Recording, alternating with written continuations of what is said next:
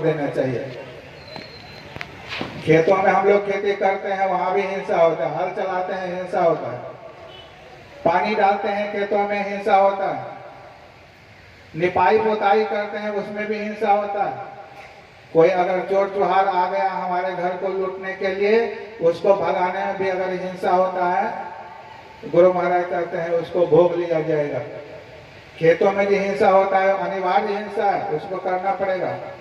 फसल उगता है, उस समय कीट पतंग आक्रमण करता है, तो हम लोग सिंचाई, हम लोग जो है उसको क्या करते हैं, दवाई से छिड़काव करते हैं, उस कीट पतंग को नष्ट करते हैं। वो भी तो हिंसा ही है, लेकिन ये अनिवार्य हिंसा है, इसको करना जरूरी है, करो। नहीं करोगे तो एक भी फसल आने वाला नहीं है। अनिवार्य हिंसा को करो, वार्य हिंसा को छोड़ दो। मांस मछली वगैरह जो खाते पीते हैं बिना हिंसा के नहीं मिलेगा, वो हिंसा करना पड़ेगा। इसलिए ये है वार्य हिंसा, इसको छोड़ देने में भलाई है। एक व्यक्ति ने गुरु महाराज से कहा कि हुजूर अब से मांस मछली नहीं खाएंगे। गुरु महाराज कहते हैं खा लेना। वो सोचने लगा गुरु महाराज तो मना करते हैं मांस मछली खाने से, लेकिन आज कहते हैं खा लेना। फिर गुरु महाराज कहते हैं कब खाना, सो बताता हूँ। जब संसार में खाने के लिए कुछ नहीं मिलेगा तब खा लेना, जान बचाने के लिए। जान बचाने के लिए खाना, संसार में कुछ नहीं मिलेगा तो।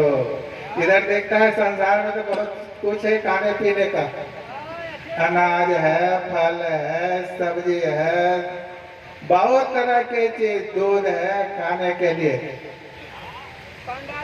बच्चे माता का दूध पीते पीते माता का दूध खत्म हो जाता है, तो गौ माता तैयार रहती है, बेटा घबराने की जरूरत नहीं है।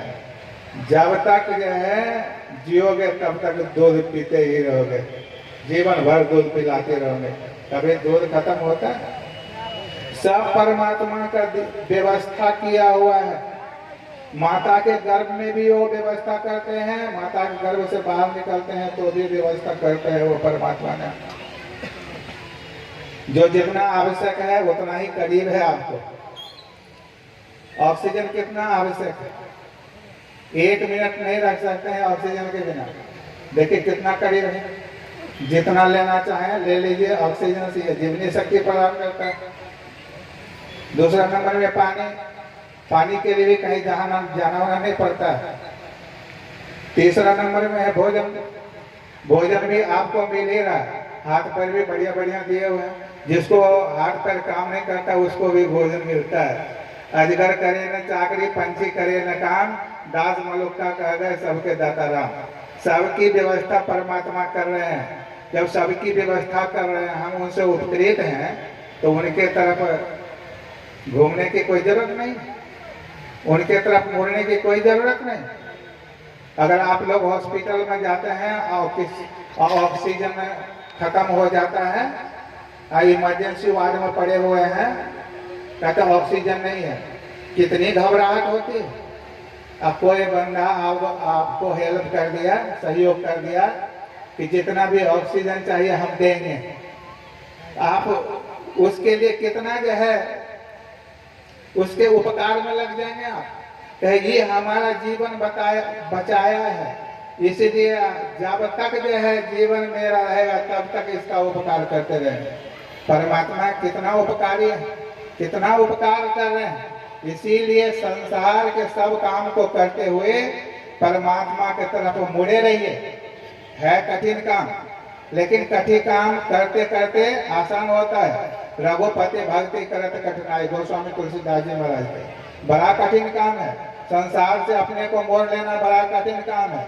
दूसरे श्लोक में कहते हैं जो जही कला कुशलता सो सदा सुखकारी, जो जिस कला में कुशल हो जाते हैं उसके लिए सुखकारी हो जाता है।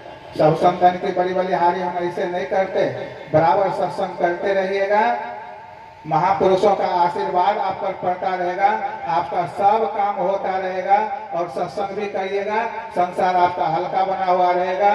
थोड़ी सी सेवा ले दिया आप लोग बीच में, बोले प्रेम से सदगुरु महाराज की जय। बोलिए श्री